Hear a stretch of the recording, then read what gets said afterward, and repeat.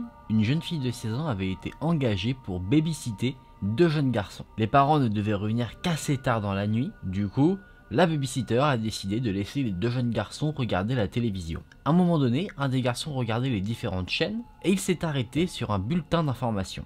Le journaliste à la télévision disait qu'un meurtrier sanguinaire s'était échappé d'un asile local et qu'il était actuellement en fuite et recherché activement par les autorités. Le meurtrier se trouve dans les alentours, armé d'une hachette. La police conseille aux personnes vivant dans la zone où se trouve le meurtrier de fermer toutes leurs entrées pour se mettre en sécurité. Cet homme est considéré comme extrêmement dangereux. Les 2 jeunes garçons qui regardaient le reportage à la télévision étaient totalement traumatisés et pour essayer de les rassurer, la babysitter les a mis au lit. Pendant qu'elle était en train de les coucher, les 2 jeunes garçons n'arrêtaient pas de dire « Est-ce qu'on a bien fermé toutes les portes ?» La babysitter les a rassurés en disant que oui, tout était bien fermé, qu'ils étaient en sécurité et une fois après du coup qu'elle les a couchés, elle est descendue regarder de nouveau la télévision. Quelques temps plus tard, un des garçons est réveillé par un lourd crash. Il ne savait pas si c'était dans son imagination, s'il venait de le rêver. Du coup, il s'est assis sur son lit et a essayé d'écouter attentivement si un autre son similaire venait se faire entendre. Au bout d'un moment, il a entendu effectivement des sons plutôt étranges venir d'en bas des escaliers. C'était un son comme si quelque chose se faisait traîner et taper contre les murs. Le jeune garçon a entendu ce son une nouvelle fois, il a donc réveillé son frère. Ensemble, ils ont mis l'oreille sur la porte de la chambre pour essayer d'entendre un peu mieux ce qu'il y avait à l'extérieur. Ils ont entendu le même bruit, quelque chose qui se fait traîner et qui cogne contre les murs. Et naturellement, pour les 2 jeunes garçons, se rappelant de ce qu'ils avaient vu à la télévision, ils étaient tétanisés. Ce qu'ils ont décidé de faire, c'est de pousser leur lit contre la porte pour se barricader. Et le son, lui, continuait à se faire entendre. À un moment donné, le son s'est arrêté, on ne l'entendait plus du tout, mais les 2 jeunes garçons étaient totalement effrayés de quitter la chambre et de voir ce qu'il en était. Pendant des heures, ils sont restés là, dans leur chambre à attendre, avec leur lit, contre la porte pour barricader l'endroit. Plus tard dans la nuit, les parents sont revenus et ils ont trouvé en rentrant chez eux un spectacle horrible. Il y avait une traînée de sang qui partait de la pièce à vivre jusqu'en haut des escaliers et totalement en panique, la mère a crié le nom de ces 2 garçons. Quand les 2 jeunes ont entendu leur mère les appeler, ils ont enlevé leur lit de la porte pour aller la voir. Ils ont ouvert la porte de leur chambre et juste devant leur porte, dans une mare de sang, se trouvait leur babysitter. Ses bras avaient été coupés au niveau du coude et ses jambes au niveau des genoux. Elle avait rampé autant qu'elle le pouvait jusqu'en haut des escaliers pour prévenir les enfants de ce qu'il y avait. L'histoire s'arrête ici. Meilleure babysitter du monde. Même en train de mourir, elle veut protéger les enfants. Malheureusement, vu qu'elle est morte, on ne pourra pas l'engager. Mais en tout cas, on peut se poser une question sur cette histoire. C'est que si toutes les entrées étaient verrouillées, comment le meurtrier aurait-il pu s'infiltrer dans la maison? Là, c'est très simple. C'est qu'on pourrait se dire que la babysitter n'avait pas forcément verrouillé les fenêtres par exemple, ou qu'elle avait laissé une entrée ouverte, ou que quelqu'un a toqué à la porte. On peut avoir plein d'explications possibles sur ce qui aurait pu se passer. On n'a pas le détail de comment le meurtrier est venu, mais en tout cas, on sait qu'il est passé par là. Histoire très horrible pour se mettre en jambe pour la suite.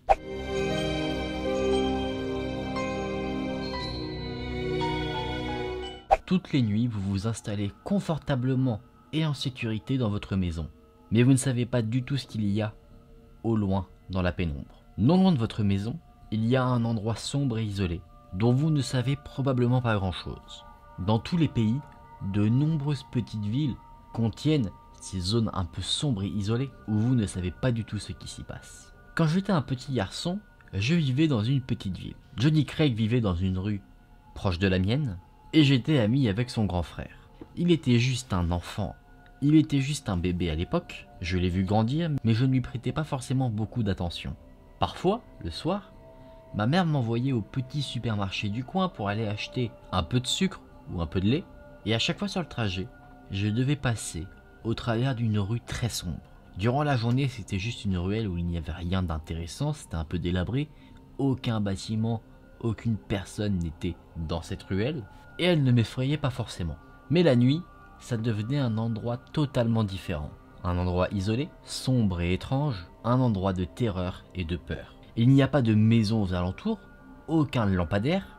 La ruelle est plongée dans la noirceur la plus totale. Si on emprunte cette ruelle, c'est comme si on traversait un long tunnel qui n'est pas éclairé. Au loin, on peut voir les lumières des maisons, on peut entendre le son des voitures. Et à chaque fois que je devais emprunter ce passage de nuit, j'étais effrayé. Je redoutais ce moment. J'espérais toujours que quelqu'un traverse cet endroit avec moi pour ne pas marcher tout seul dans cette rue qui me faisait peur de nuit, mais à chaque fois, personne n'était là. Quand je traversais cette fameuse ruelle, j'étais toujours en alerte, je regardais les arbres, voir s'il n'y avait pas quelque chose d'étrange. Parfois, je me faisais surprendre par un son dont je n'arrivais pas à voir la provenance, et je me disais que c'était peut-être le boogeyman.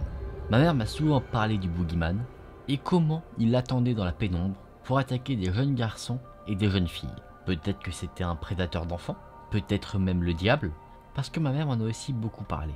Le diable qui cherche à leurrer des enfants en leur promettant des sucreries pour qu'on le suive, ou peut-être que c'était encore quelque chose de pire, mais en tout cas je n'en avais pas la certitude. Je ne suis pas sûr de ce que j'espérais voir dans la pénombre, mais c'est dans ces moments-là, quand je traversais cette ruelle, que mon imagination était à son maximum. Dans mon esprit, c'était une créature hideuse qui se cachait, quelque chose entre animal et humain, qui aurait des griffes acérées très longues, une peau comme brûlée. J'imaginais cette chose se cacher dans les branches des arbres aux alentours de la ruelle, observant les jeunes garçons et les jeunes filles qui pouvaient s'aventurer dans cette ruelle de nuit, totalement seuls. Et une nuit, j'ai failli me faire avoir. Je marchais sur cette route totalement seul, quand on ne voyait rien du tout.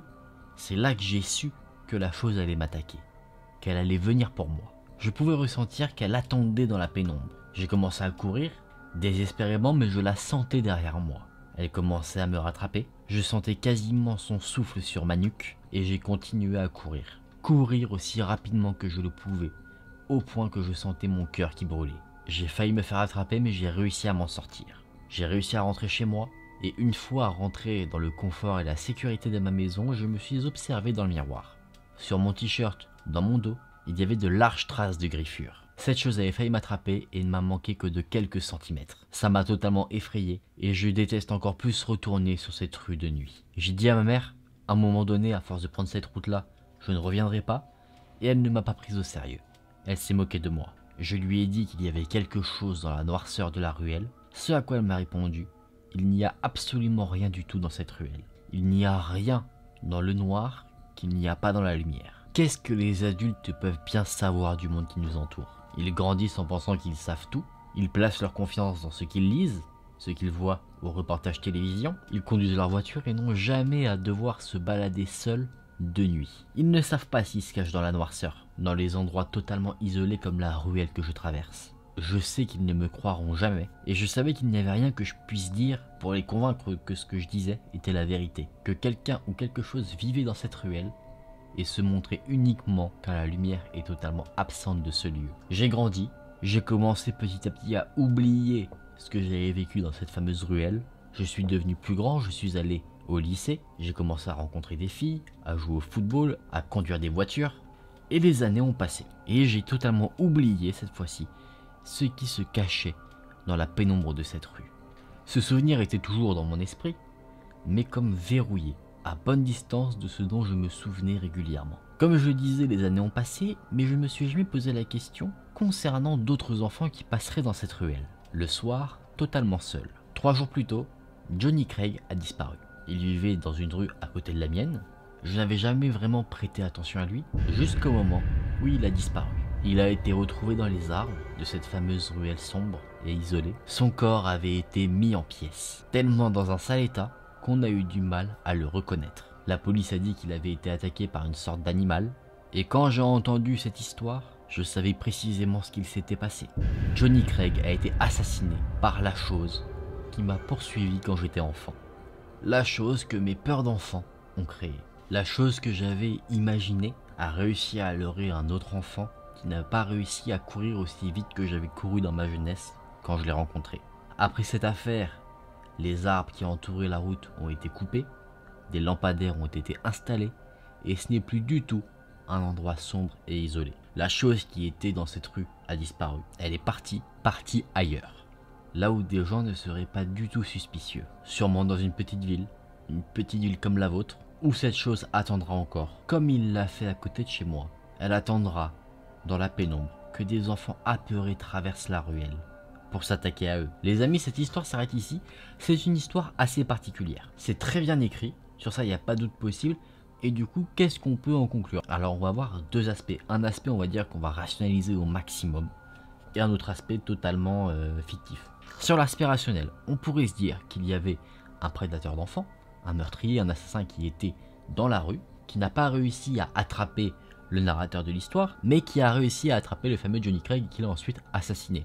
Ensuite, une fois que le corps a été trouvé et que tout a été mis en place pour que la rue ne soit plus sombre et isolée, le tueur ne pouvait plus forcément s'y cacher. Du coup, il choisit entre guillemets un autre terrain de chasse. Et le jeune, lui, dans son imagination, il avait peur, du coup il s'est créé une sorte d'histoire où il se disait que les sons qu'il entendait, la course-poursuite qu'il a vécue, c'était dû en fait à un monstre.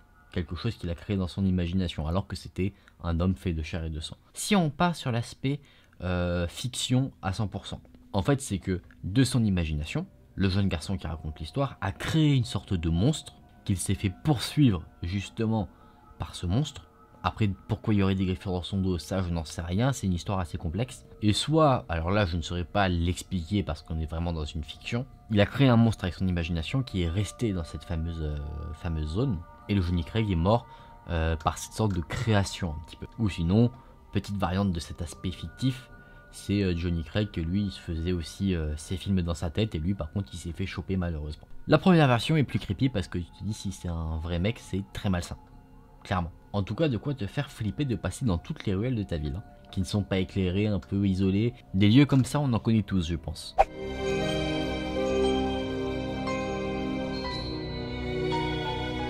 En 1984, il y avait une vieille femme qui vivait dans un manoir sur 2 étages. La femme était paralysée, du coup, elle était en fauteuil roulant. Elle restait totalement immobile et incapable de s'occuper d'elle-même. Depuis la mort de son mari, une infirmière venait à domicile pour s'occuper d'elle, quelque chose de logique. Ce qui était très difficile dans la vie de cette femme, c'est que pour accéder d'un étage à l'autre, il fallait passer par un escalier. Du coup, quand elle devait se déplacer, l'infirmière devait la porter un peu comme un enfant d'un étage à l'autre. Un jour, la police a reçu un appel venant de cette vieille femme. La vieille femme était affolée, elle disait qu'il y avait eu un meurtre. La police n'avait pas beaucoup d'effectifs et le meurtrier s'était déjà enfui, du coup ils n'ont envoyé qu'un détective pour aller enquêter sur les lieux.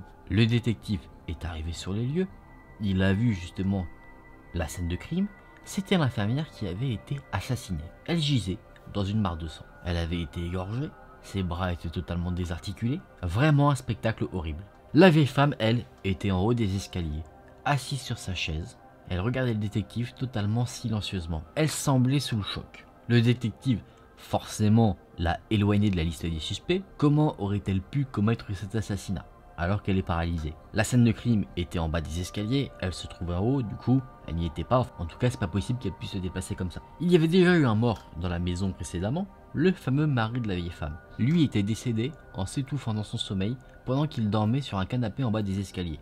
La vieille femme, elle, n'avait rien pu faire parce qu'elle était encore une fois bloquée en haut des escaliers. Le détective a mis des gants, il a pris des photos, il a analysé la scène de crime, il a recouvert le corps jusqu'à ce que le médecin légiste arrive pour identifier la cause de la mort et faire son enquête de son côté. La routine pour tout ce qui est meurtre en tout cas.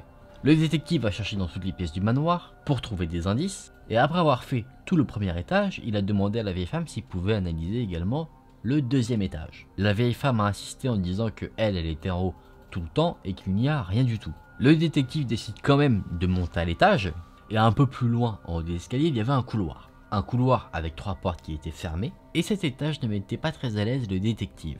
Il a ouvert une pièce, une chambre, rien du tout. Il ouvre la 2e pièce, une salle de bain, également, rien à signaler du tout non plus. Et s'approche enfin de la dernière pièce. Le sentiment d'anxiété que le détective avait en montant les escaliers est encore plus présent qu'auparavant. Il ouvre la porte, et c'était la chambre de la vieille femme, là où elle dormait. À l'intérieur, tout semblait normal. Un lit, une garde-robe et une table de nuit avec une lampe. Son anxiété grandit encore une fois et l'homme regarde tous les murs. Et ce n'est pas ce qu'il découvre qui lui fait peur, c'est ce qu'il ne découvre pas. Dans aucune des pièces de l'étage, il n'y a un téléphone. C'est un détail que la police n'avait pas retenu à la mort du mari. Et là, le détective comprend tout. Il sort son arme de service et fonce dans le couloir pour retrouver la vieille femme. Et quand il est arrivé juste en haut des escaliers qui mènent au 1er étage, la seule chose qu'il a trouvée était une chaise roulante vide. L'histoire s'arrête ici. Conclusion plutôt simple, la vieille femme a assassiné son mari et son infirmière. C'est une meurtrière qui a réussi à se faire innocenter parce qu'elle se faisait passer pour paralysée alors qu'elle ne l'était pas du tout. Si vous n'avez pas compris, ce qui a mis la puce à l'oreille du détective, c'est que c'est la vieille femme qui a appelé la police pour dire qu'il y avait eu un meurtre. Sauf que elle ne pouvait se déplacer d'un étage à l'autre uniquement en étant portée. Et là, elle était bloquée au 2e étage. Il n'y a aucun téléphone au 2e étage, ce qui veut dire qu'il est forcément au 1er étage. Donc ce qu'elle a fait, c'est qu'elle était en bas, elle a appelé la police, elle a reposé, elle est remontée. Alors, on va pas se mentir, cette histoire, on pouvait rapidement deviner ce qui allait se passer. C'est plutôt le comment qui serait le plus surprenant, mais on savait déjà un peu, en voyant l'histoire, comment elle était faite, que là c'était la vieille femme qui était la meurtrière, parce qu'on te donne déjà des petits éléments, on te dit qu'elle peut rien faire, et il y a un meurtre, et elle est là, donc elle aurait vu le meurtrier, etc. etc. Donc tu supposes fortement que c'était elle, après tu dis comment elle a fait, en partant du postulat qu'elle est paralysée. Bon les amis,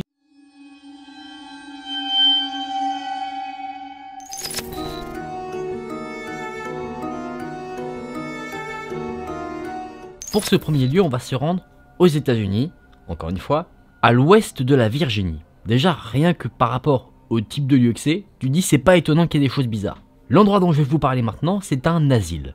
Un asile qui porte le doux nom de Trans Allegheny Lunatic Asylum. Ça en jette. Cet asile a la réputation d'être l'hôpital psychiatrique le plus hanté de tous les États-Unis. On est bon? Cet endroit a été bâti en 1858 et cet endroit a été bâti pour accueillir des personnes avec des problèmes mentaux. Normalement, il avait une capacité de 250 personnes, on pouvait loger 250 personnes avec des problèmes mentaux, mais un siècle plus tard, en 1950, ce quota n'était pas vraiment respecté. Il n'y avait pas 250 personnes, il y en avait 2400, ça fait beaucoup. Et naturellement, les gens étaient un peu entassés, c'est normal, l'endroit était fait pour accueillir beaucoup moins de personnes. Du coup, naturellement, si on peut dire ça comme ça, les conditions de vie dans cet asile étaient déplorables. Il y avait de nombreux rapports faisant état de violence de la part des patients. Certains patients carrément tuaient d'autres patients et il y en avait qui attaquaient également les membres du staff. Donc ils n'y faisaient pas bon vivre. Si on te disait tu vas être interné là-bas, je pense pas que t'étais très heureux. Et si on te disait tu vas travailler là-bas, t'étais pas heureux non plus. Une nuit, une jeune femme qui travaillait dans le bâtiment a été portée disparue. On ne sait pas ce qui lui est arrivé. Jusqu'à 2 mois plus tard. Son corps sans vie a été découvert. Et pourquoi on l'a retrouvé que 2 mois plus tard? Parce que les patients qui l'avaient attaqué avaient caché son corps sous un escalier qui n'était pas utilisé. À un autre moment, un patient de l'asile a poignardé 17 fois un autre patient. Cette victime a rampé tout le long du couloir, laissant apparaître derrière lui une énorme traînée de sang, et il est mort avant d'atteindre le bureau des infirmières pour qu'il soit pris en charge. Effectivement, on est dans un truc sacrément violent, mais il ne s'est pas passé que ça, évidemment. Et ce que je vous dis en plus, c'est une liste non exhaustive, il s'est passé beaucoup de choses. Par exemple, 2 patients ont attrapé un autre patient et ils l'ont pendu à la tuyauterie. Néanmoins, la tuyauterie étant un peu usagée, la tuyauterie a cédé et du coup, ils n'ont pas réussi à pendre l'homme. Et est-ce que ces 2 patients s'en sont arrêtés là? Pas du tout. Ils ont traîné l'homme dans une chambre, ils l'ont mis sous un lit qui avait des lattes en acier, et ils ont écrasé sa tête, le tuant sur le coup. Là, je vous ai parlé des patients qui étaient violents, mais on avait aussi des abus de la part des docteurs. Dans cet asile, il y avait des lobotomies qui étaient pratiquées. Si vous ne savez pas ce que c'est une opération chirurgicale du cerveau qui consistait à couper une partie, et cette opération avait des effets plutôt néfastes. Les personnes qui en étaient victimes pouvaient perdre la parole, n'arrivaient plus à se déplacer, ils devenaient totalement associables. Enfin, vous voyez, des effets plutôt négatifs, et c'est pour ça que la lobotomie maintenant est une pratique qui est maintenant interdite dans beaucoup de pays. Mais à l'époque, c'est ce que les docteurs pratiquaient sur les patients violents. Mais pas que. Ils pratiquaient aussi des thérapies, mais pas des thérapies où tu discutes tranquillement de tes problèmes. Non, non. Des thérapies à l'électrochoc. Ces prises en charge-là ont eu des effets très négatifs sur la population de l'asile, parce que les rapports montrent que ces prises en charge ont causé des centaines de morts. Et les gens décédés étaient enterrés sous l'hôpital ou à côté. C'est en 1994 que l'asile a fermé, et depuis cette date, on enregistre des événements plutôt étranges. Après tout ce que je vous ai dit, est-ce que vous êtes vraiment surpris? Je ne pense pas. En tout cas, moi, après avoir découvert tout ça, j'étais pas forcément très étonné. Les gens qui s'aventurent un peu dans cet asile, en tout cas ce qu'il en reste, entendent des conversations un peu étouffées, notamment qui viennent des couloirs, ils entendent des sons mystérieux dont on n'arrive pas à définir une provenance. Mais également, on pourrait entendre comme des portes qui claquent. Et tout autour de l'asile, donc ici et là, pas une zone précise dans le bâtiment, les gens entendent des gens pleurer ou rigoler. Alors qu'a priori, il n'y a personne. Ça donne pas trop envie d'y aller. D'autres ont témoigné avoir été témoins d'apparitions fantomatiques, qui seraient apparemment des patients qui rôdent comme ça dans l'asile sans but. Un jour, une femme a emmené sa fille dans cet asile pour visiter un petit peu. C'est un hobby assez particulier. Pendant qu'il marchait dans un couloir, une force invisible a plaqué la femme contre un mur. Et sa fille, elle, a été témoin de cela. Et elle a vu ça sans qu'elle ne puisse faire quoi que ce soit. Mais ce qu'il faut savoir, c'est qu'aujourd'hui, cet endroit, il est ouvert au public. On peut s'y rendre comme on veut. C'est d'ailleurs devenu quelque chose d'un peu touristique. Il y a pas mal de chasseurs de fantômes qui se sont rendus sur les lieux et ils ont réussi à collecter des informations qui pourraient attester, si on peut dire ça comme ça, d'une présence paranormale dans cet endroit. On a notamment des bruits de claquements, comme je vais vous l'expliquer, des sortes de gros bangs comme si on tapait sur les murs ou sur les portes, un rire de femme et une voix un peu rauque qu'on a du mal un peu à comprendre, mais en tout cas ce qu'on peut comprendre de ce qui est dit, c'est « go home », rentrer à la maison. On aurait également une capture d'une sorte de fantôme, un homme dans le coin d'une pièce, d'une des chambres précisément, qui prend sa tête entre ses mains et qui se fait traîner hors de la pièce et qui ensuite disparaît. C'est toutes les informations que j'ai pu récolter sur cet asile. J'espère en tout cas que maintenant vous n'avez pas du tout envie d'y aller. En tout cas moi je vous le conseille pas, on sait jamais. Déjà je vous aurais pas conseillé d'y aller si l'asile était encore ouvert.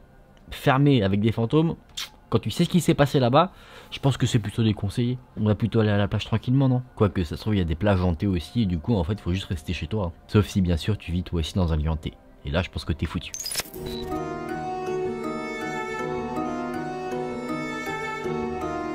Les amis, deuxième endroit. Alors là, ça ressemble un petit peu à un asile, mais ce n'en est pas un. On va parler ici d'un sanatorium. Encore une fois, on est aux États-Unis. Et ce lieu se nomme le Waverly Hills Sanatorium. Apparemment, cet endroit n'est ni plus ni moins qu'un des endroits les plus effrayants. Non pas des États-Unis, mais de la Terre entière. Rien que ça. Apparemment, sur place, on aurait fantômes et des sortes d'ombres. Mystère. En 1900, cet endroit était le plus grand bâtiment accueillant des gens pour les traiter concernant la tuberculose. En 1900, Louisville au Kentucky était l'endroit où il y avait le plus grand taux de mortalité lié à la tuberculose. En ce sens, des hôpitaux étaient nécessaires pour prendre en charge cette maladie. Et c'est du coup en 1926 que le sanatorium a été construit. À l'époque, il n'était pas considéré comme un endroit hanté, loin de là.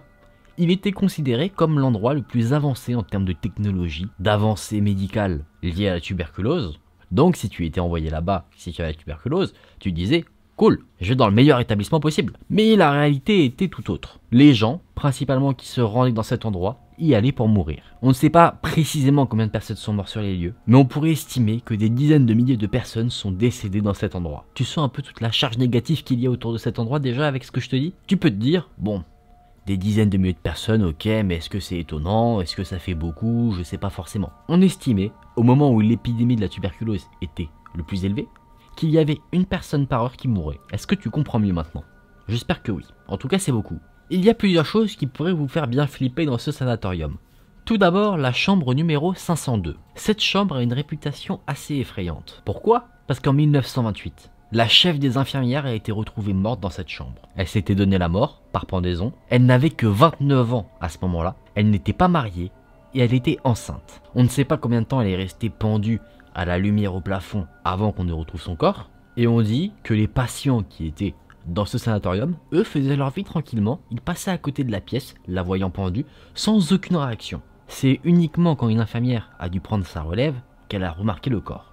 Est-ce que ça commence à devenir bien creepy pour vous? Est-ce que vous sentez un petit peu quelques frissons qui commencent à arriver?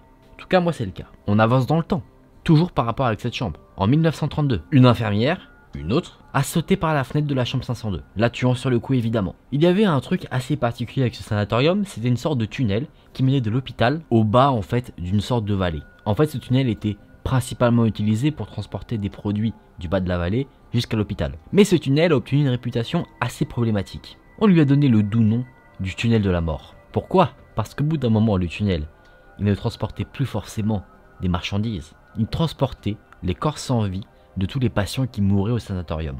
Ce tunnel était utilisé pour que les patients qui venaient d'arriver, ou qui étaient encore assez sereins mentalement, ne perdent pas espoir en voyant justement le nombre de corps qui sortaient de l'hôpital. Comme je vous l'ai dit, ce lieu étant considéré comme l'un des endroits les plus effrayants de la planète, bien sûr des chasseurs de fantômes sont allés sur les lieux, et bon nombre d'entre eux ont remarqué des choses assez particulières. Et pour nous, les personnes qui n'ont pas les balls de se rendre sur place pour expérimenter tout ça, on a témoignages et quelques photos. On a des photos où on voit une sorte de fantôme devant une chambre, fantôme de femme. On nous dit qu'apparemment sur place on pourrait apercevoir un petit garçon qui joue avec une balle au 3e étage du sanatorium.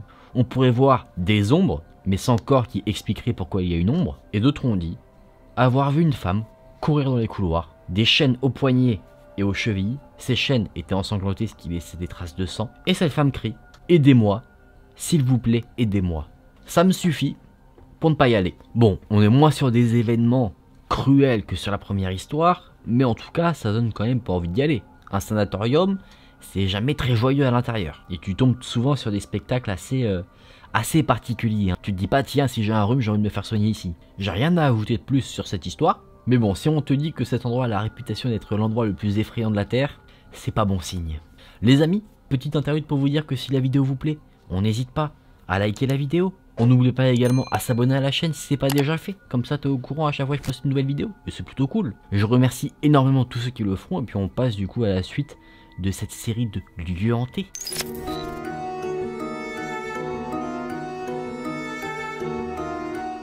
Les amis, on va conclure cette vidéo avec une histoire concernant une école. Une école, encore une fois, aux États-Unis, la Milton School dans l'Illinois. Cette école est hantée, tout simplement par le fantôme d'une jeune fille. Cette fille porte le nom de Marie et elle a été assassinée sur les lieux. Voici son histoire. On était une après-midi d'automne, tout se passait au mieux dans cette école et à la fin de la journée, naturellement, les cours étaient finis, les élèves et les professeurs s'en allaient de l'école pour rentrer chez eux. La jeune Marie, elle, était restée pour finir quelques devoirs qu'elle voulait faire ici, sur place, dans sa salle de classe. Quand elle eut fini ses devoirs, il faisait nuit, donc totalement sombre à l'extérieur. L'école était totalement silencieuse, et Marie s'est dit qu'elle devait vite rentrer chez elle parce que sa mère serait totalement affolée de ne pas la voir à la maison. Elle prend donc son sac et elle se précipite dans les couloirs déserts de l'école.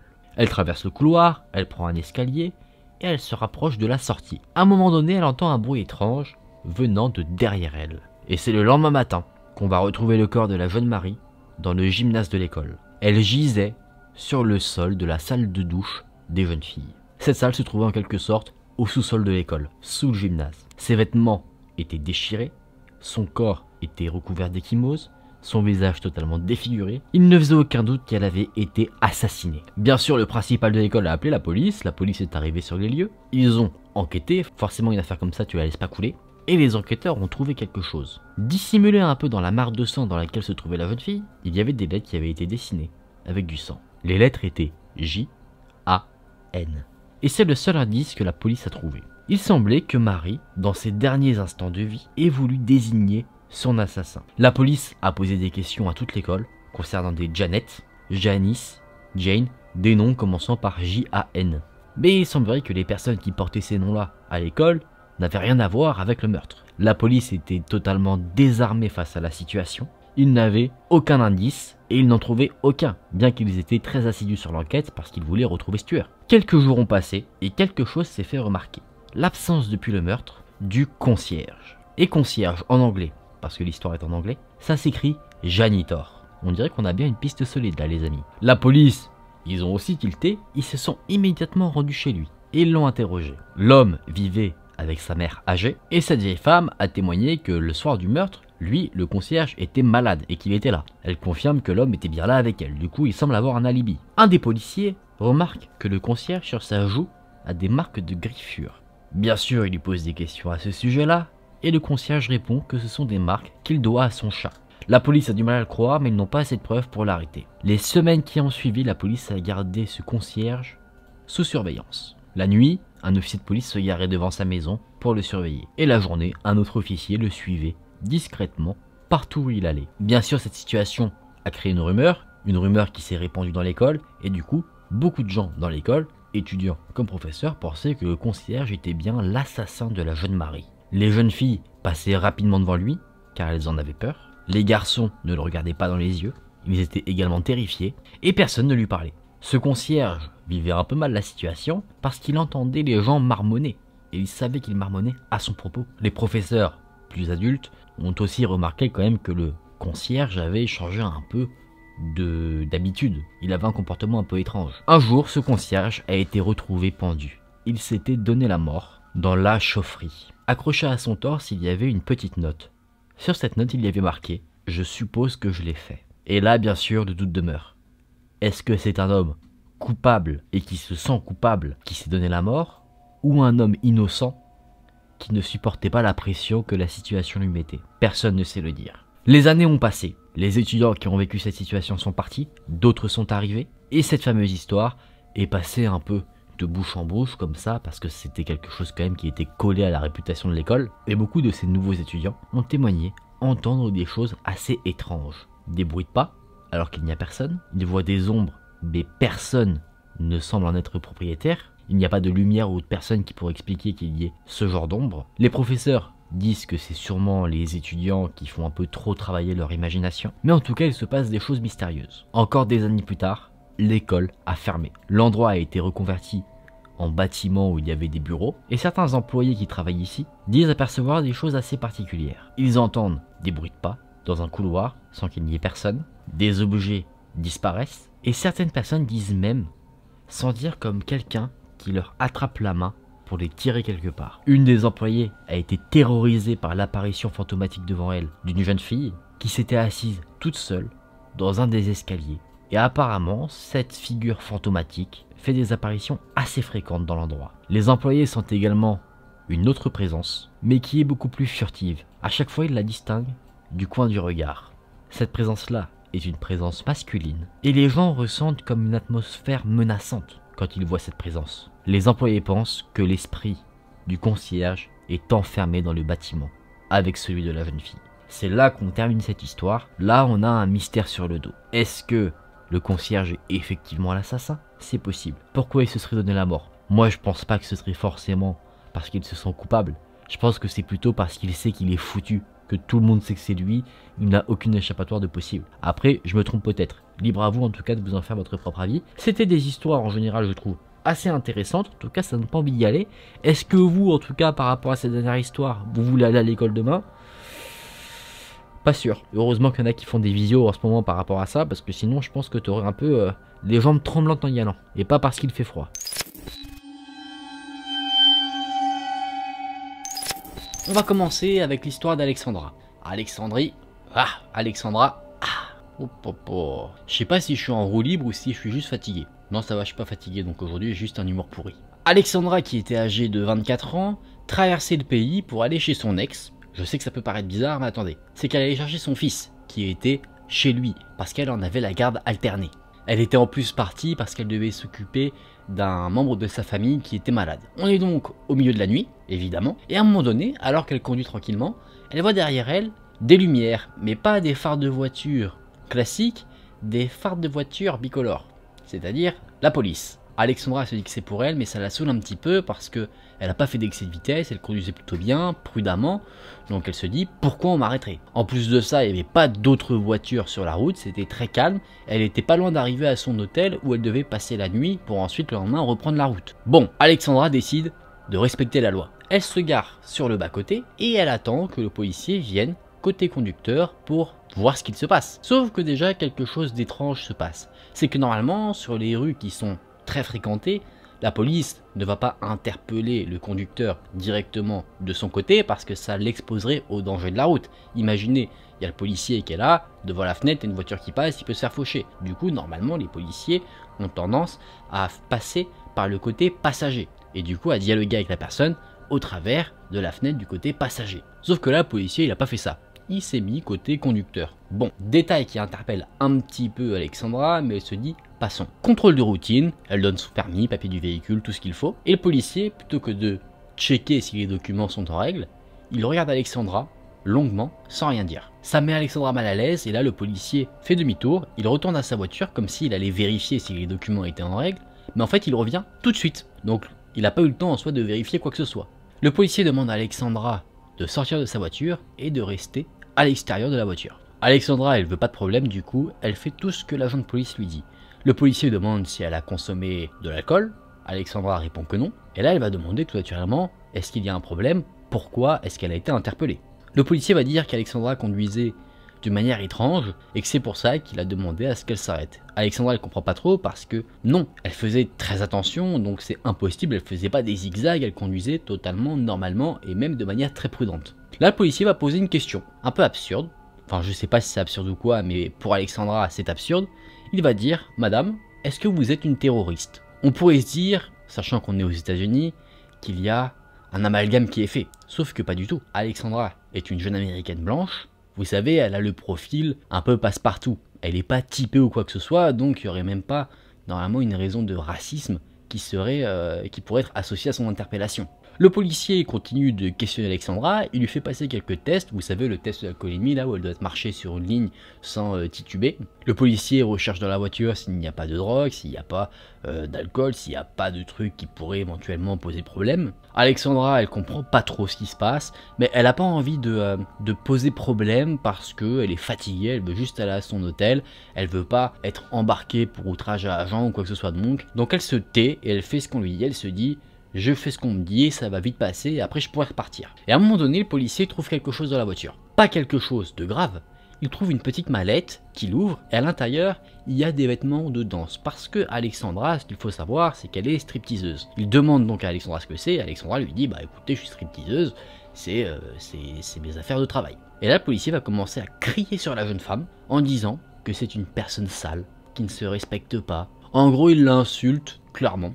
De tous les noms. Alexandra, elle est saoulée de la situation, elle analyse un petit peu ce qui se passe, elle se dit je suis toute seule sur une route où là il n'y a pas de trafic, en pleine nuit, ça pue pour moi. Je n'ai rien sur moi pour me défendre si jamais ça tourne mal, et le policier, naturellement, il est armé. Le policier dit encore une fois à Alexandra de s'écarter de la route, de se mettre derrière la rambarde de sécurité, et là Alexandra elle le regarde et elle dit non. Elle demande d'ailleurs qu'il appelle du renfort, pas du renfort parce qu'elle pose problème, mais qu'il appelle un officier de police féminin, parce qu'elle ne se sent pas à l'aise en sa présence. Le policier semble assez agacé de cette situation, et Alexandra ajoute qu'en fait, elle veut qu'il y ait un officier féminin, et qu'une fois que l'officier féminin sera là, elle ne posera plus aucun problème. Elle fera tout ce qu'on lui dit. Le policier, il est un peu dubitatif. Il veut pas trop faire ça. Pourquoi? On ne sait pas vraiment. Alexandra a des suppositions que je vous présenterai juste après, mais là, comme ça, on ne sait pas trop, on n'a pas de raison officielle. Alexandra est de plus en plus énervée, du coup, elle se met au milieu de la route et elle essaye d'interpeller des gens, des voitures qui pourraient passer par là. Là, le policier commence un petit peu à paniquer, il demande à Alexandra de se calmer, et là, il précipite les choses. Il lui met juste une amende pour excès de vitesse, il se taille. Alexandra a pu repartir tranquillement, sans qu'il ne lui arrive rien du tout, sauf que elle n'a jamais payé cette amende, parce qu'elle estime que c'est pas légitime. Elle roulait pas du tout en excès de vitesse, donc elle se dit pourquoi je paierais une amende comme ça, alors qu'en fait le mec est juste venu pour m'embêter, tu sais pas trop quelles étaient ses intentions. Elle pense, elle, après coup, après qu'elle ait un peu de recul sur la situation, que ce fameux policier n'en était pas un. Parce que la voiture qu'il a interpellée, c'était pas une voiture de police. C'était une voiture banalisée et en fait le mec avait sorti un gyrophare externe qu'il avait posé sur son toit. Donc potentiellement ce policier n'en était pas un. Et peut-être que ses intentions étaient malsaines vis-à-vis d'Alexandra, peut-être qu'il comptait l'agresser, c'est possible. Parce qu'elle se souvient que il y a un cas, alors ça c'était un cas avec apparemment de vrais policiers, mais où des policiers ont arrêté une jeune femme, ont abusé d'elle, et ils l'ont assassinée parce qu'elle les avait menacés, en disant qu'elle allait les signaler. Donc est-ce que c'était un vrai policier qui voulait faire la même chose, ou alors est-ce que c'était un faux policier qui voulait, soit on part pas sur quelque chose de malsain, la pranker, bon j'en doute un petit peu, ou qui voulait l'agresser, l'enlever, l'assassiner. On ne sait pas. En tout cas, c'est une soirée qui a traumatisé la jeune femme. Elle s'en souvient très bien et elle a des frissons en repensant à ce qui aurait pu se passer si jamais elle n'avait pas réussi à apeurer ce policier et à se sortir de cette situation. Dites-moi, vous en pensez quoi? Vrai policier qui a fait un peu d'abus de pouvoir? Faux policier qui voulait agresser Alexandra? Dites-moi vous ce que vous en pensez en commentaire. C'est une histoire un peu mystérieuse, c'est pour se mettre en jambe pour la suite de la vidéo. On va conclure avec l'histoire de Julia. Julia travaillait dans un bar, elle servait les boissons. Et un soir, un vendredi soir, alors qu'il y avait beaucoup de monde, le manager de Julia remarque qu'il n'y aura pas assez d'ingrédients, des citrons, des petits trucs pour faire des cocktails, après le rush du dîner, pour les gens derrière qui viendraient juste boire un verre. Du coup, il décide d'envoyer Julia à un magasin ouvert de nuit pour qu'elle aille acheter des provisions. Julia va au magasin, elle prend tout ce dont elle a besoin, et là elle arrive au niveau du rayon des boissons alcoolisées. À ce rayon-là, il y a deux hommes, un peu habillés d'une manière un peu country, vous voyez, les jeans, grosses bottes, le petit chapeau, chemise à carreaux, tout ça. Ils ont l'air d'avoir l'âge de Julia, qui avait elle 25 ans.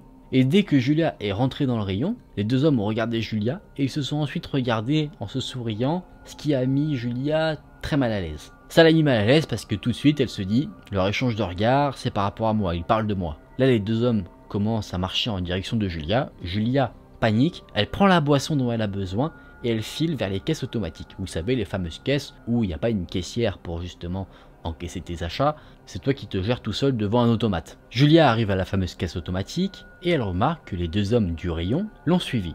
Elle scanne ses articles tranquillement et les hommes se placent sur une caisse qui se trouve juste à côté d'elle. À un moment donné, Julia jette un petit coup d'œil, ce qui lui permet de voir à quoi ressemblent un peu plus ces deux hommes qui l'ont mis mal à l'aise. Il y en a un qui est grand, assez musclé, et l'autre est un peu plus rond et un peu plus petit. Elle remarque également quelque chose qu'elle n'avait pas vu la première fois qu'elle les avait croisés, c'est qu'ils sont sales et leurs yeux sont rouges. Vous savez, comme s'ils avaient une sorte de conjonctivite. Bon, c'était pas une conjonctivite, mais vous voyez un petit peu l'image du truc. À ce moment-là, Julia se dit, ils ont sûrement consommé des petites substances. Ou sinon, ils ont consommé de la boisson en surdose, quoi. Et là, eye contact entre les hommes et Julia. Du coup, Julia essaye de sauver la situation, si on peut dire. Elle le fait un petit sourire rapide, en mode bonsoir. Mais tu vois, elle dit rien, elle fait juste un petit sourire. Elle fait juste la jeune fille polie. Et là, le plus grand des deux hommes commence à parler à Julia. Il lui dit, eh ben dis donc, on dirait que t'es prêt à faire la fête. Julia répond, elle dit, effectivement, mais c'est pas pour moi. Et là, les deux hommes se rapprochent de Julia, ils laissent leurs articles sur leur caisse, ils vont directement la voir, et le même homme lui dit, ah bah ça doit être pour ton petit ami alors. Et là, Julia fait un petit sourire sans rien dire, elle jette les yeux au ciel et en gros elle fait comprendre qu'elle n'est pas intéressée, qu'elle n'a pas envie de parler. L'homme le plus grand qui parlait n'en déborde pas, il continue d'entretenir la conversation, il dit bah si tu veux tu pourrais traîner avec nous ce soir. On pourrait te faire passer un vrai bon moment si tu vois ce que je veux dire. Julia commence à être agacée, encore plus mal à l'aise qu'elle ne l'était déjà, elle dit non merci, j'ai déjà des projets. Et là l'homme grand commence à s'énerver. Il se rapproche très près de Julia et parle avec un ton plus menaçant. Julia fait mine de ne pas l'avoir vu et elle reste concentrée sur sa caisse. Néanmoins, elle arrive à sentir l'odeur de l'homme et il pue, comme s'il ne s'était pas douché depuis quelques jours. L'homme dit « Ah, je vois bien ton petit jeu, tu dois te taper que des médecins ou des hommes riches, tu penses que t'es trop bien pour moi, bah on va te montrer que tu ne l'es pas. On va te donner une leçon. » Là, Julia a des frissons sur sa peau. Elle a du mal sur le coup à comprendre le sens de ses paroles, mais elle comprend que c'est pas quelque chose de positif. Julia fait toujours mine de ne pas entendre l'homme, de ne pas voir lui parler. Elle prend son sac à main et elle le pose sur la caisse pour faire mine qu'elle veut prendre son portefeuille. Sauf qu'en fait, ce qu'elle voulait choper dans son sac, c'était un petit couteau de poche qu'elle avait au cas où pour se défendre. Et effectivement, ça aurait été bien utile dans cette situation. Et là, on va dire que Julia est sauvée par la chance. L'automate qu'elle est en train d'utiliser bug. Du coup, vous savez, dans les magasins alimentaires par exemple, où vous avez ce genre de machine, quand la machine bug, il y a une sorte de petit voyant qui s'allume, qui est en évidence pour que un employé du magasin vienne checker ce qui se passe et réparer le truc. Et là, c'est ce qui se passe. Du coup, il y a une employée, femme, qui s'occupait un peu de cette zone-là, qui voit que l'appareil qu'utilisait Julia bug, du coup, elle commence à se rapprocher de la jeune femme. Elle n'est pas encore arrivée que les hommes la remarquent. Donc toujours sur un ton menaçant, l'homme grand va dire à Julia « Je vais te torturer et jeter ton corps quelque part ». Après, il a commencé à dire des choses insensées mais qui n'avaient rien à voir. Il me dit ouais, on est des gens de la campagne qui font des conversations polies et tout. Tu vois, genre ils disent vraiment des trucs qui sont incohérentes. Et en fait, c'est qu'ils ont d'abord menacé Julia et après, voyant que la jeune femme employée du magasin arrivait, ils ont voulu faire genre qu'ils connaissaient Julia et du coup qu'il n'y avait aucun problème. D'ailleurs, ils ont parlé à l'employé du magasin qui était maintenant à côté de Julia en faisant des blagues. Il disait faites attention, elle a volé quelque chose. Vous voyez, il faisait genre qu'il connaissait Julia, qu'ils blaguaient ensemble, qu'il n'y avait aucun souci. Sauf que l'employé du magasin, elle n'y croit pas à cette histoire. C'était une femme assez imposante, qui avait une expression sur son visage qui ne donnait pas du tout envie de l'embêter. Cet employé s'est occupé de l'automate qui ne fonctionnait plus, et elle jetait de temps en temps des regards très mauvais aux deux hommes qui se trouvaient à côté de Julia. D'ailleurs, les hommes essayaient d'être charmants avec elle, d'être gentil, d'être poli, il faisait des petites blagues et tout, mais la femme, elle en démordait pas. Elle la regardait en mode frérot, je t'ai cramé à 10 km. L'employé fait des manipulations sur l'automate et elle dit madame, je suis désolé, l'appareil ne fonctionne plus, prenez vos articles, je vais aller vous encaisser. Elle pose une main sur le dos de Julia et lui jette un regard qui fait comprendre à Julia clairement t'inquiète, j'ai vu que t'étais en danger, que t'étais pas bien, viens avec moi. Julia récupère ses affaires et elle suit l'employé. Les hommes qui avaient suivi Julia, eux, continuent d'enregistrer leurs articles, ils font leurs achats, ils ne quittent pas Julia du regard, mais ils se dirigent vers la sortie, mais sauf qu'une fois qu'ils sont sortis du magasin, ils n'ont pas l'air de partir. C'est comme s'ils attendaient que Julia sorte à son tour du magasin. Julia, bien que rassurée par la présence de cet employé, se dit que la situation problématique n'est pas terminée, elle se dit si je sors du magasin, je vais mourir. L'employée, elle, scanne les articles que Julia avait en sa possession, et elle dit que la machine n'avait aucun problème, mais elle voyait bien que ces gars-là étaient un peu douteux, même très douteux. Elle dit également qu'elle a déjà prévenu la sécurité et qu'il devrait arriver pour l'escorter jusqu'à sa voiture. plutôt cool. Là, la situation semble être presque résolue.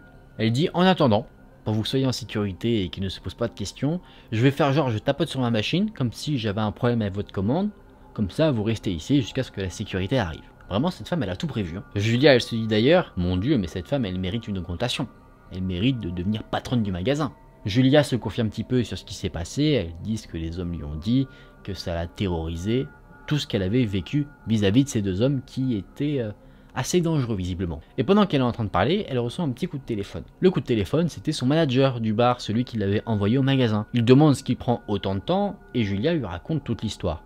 Le manager est pas content du tout. Déjà, il est inquiet pour Julia, mais en plus de ça, il était limite prêt à prendre sa voiture pour aller au magasin, pour aller botter les fesses des deux mecs country qui attendaient dehors du magasin. Et une fois qu'elle a raccroché avec son manager, Julia jette un petit coup d'œil vers la porte de sortie, elle se rend compte que les deux hommes commencent à en avoir marre d'attendre et qu'ils décident d'abandonner. Ils se dirigent vers le parking. L'employé dit à Julia d'attendre encore parce que peut-être que c'est un nouveau stratagème malsain et qu'en fait ils sont juste un peu plus loin, juste hors de vue mais qu'ils attendent toujours. Julia se dit non c'est bon, il doit être parti, mais elle avait tort. L'employé décide de ne pas laisser Julia sortir tout seul, l'agent de sécurité arrive et l'employé, l'agent de sécurité et Julia sortent du magasin. Le parking était vide parce qu'il était minuit passé, il faisait nuit noire, et un peu au fond du parking, il y avait une vieille camionnette blanche. Cette camionnette était allumée, les pleins phares éclairés en direction du magasin. Julia comprend tout de suite que ce véhicule appartient aux deux hommes qui l'avaient abordé et qu'en fait, ils les attendaient là, hors de vue effectivement, de l'intérieur du magasin pour choper Julia quand elle allait sortir. Sauf que voyant qu'elle était escortée, la camionnette est partie. Vraiment, elle a quitté le parking et elle a pris la route. Julia se sentait comme une proie traquée par des lions affamés parce que vraiment ces hommes-là l'ont suivi dans les rayons du magasin, à la caisse, et l'ont même attendu sur le parking. Donc elle se dit vraiment j'ai été traquée par ces deux hommes. Une fois à sa voiture, Julia a remercié l'agent de sécurité et l'employé du magasin, la caissière, et elle est repartie. Quelques jours plus tard, elle a décidé d'écrire au directeur du magasin, mais également au siège de l'entreprise qui gérait le magasin, quoi, enfin parce que c'était une chaîne, du coup il y avait un siège quelque part, pour dire que voilà, elle voulait remercier vraiment cet employé et qu'il avait eu un comportement exemplaire, et elle espérait que voilà, ces mots puissent lui donner un petit bonus financier, ou une augmentation, ou de la reconnaissance en tout cas. Bien sûr, cette expérience a traumatisé Julia, elle ne va plus jamais faire ses courses tard le soir, que ce soit professionnellement ou personnellement, et elle se dit très clairement que cette femme, et aussi l'agent de sécurité, lui ont sauvé la vie, ou tout du moins une agression très sévère. Ça c'est un thread d'horreur, j'ai envie de dire un peu particulier. Je m'explique. C'est pas le thread d'horreur où le mec est suivi par un stalker, il rencontre un tueur, un mec creepy ou ce genre de choses. C'est un thread d'horreur qui peut arriver beaucoup plus souvent qu'on ne le pense. Bah faut se dire que beaucoup de femmes le vivent, et c'est quelque chose auquel certaines sont même habituées, que ce soit quand elles sortent seules dans la rue le soir où il y a des gens qui peuvent les suivre, ou même quand elles vont faire leurs courses. Vous voyez, ça arrive beaucoup plus souvent qu'on ne le pense. Et c'est pour ça que si jamais, bon on n'est pas sur un thread d'horreur harcèlement comme je peux en faire, mais si vous voyez du coup une jeune femme qui a l'air d'être mal à l'aise avec des hommes, ayez le comportement de cette caissière et venez en aide à la personne, parce que vous voyez bien, et ça c'est ça qui est important à retenir dans cette histoire, c'est que quand la caissière est intervenue, les hommes ont directement changé d'attitude. Donc comme quoi la présence d'un intervenant extérieur qui vient un peu désamorcer la situation permet de tout changer. Et là, bien sûr, on ne sait pas ce qui aurait pu arriver si jamais cette caissière n'était pas intervenue. Qu'aurait été le sort de Julia si jamais elle n'était pas venue? Ça, on ne sait pas, et il vaut mieux pas trop y penser parce que c'est sûrement quelque chose de très malsain.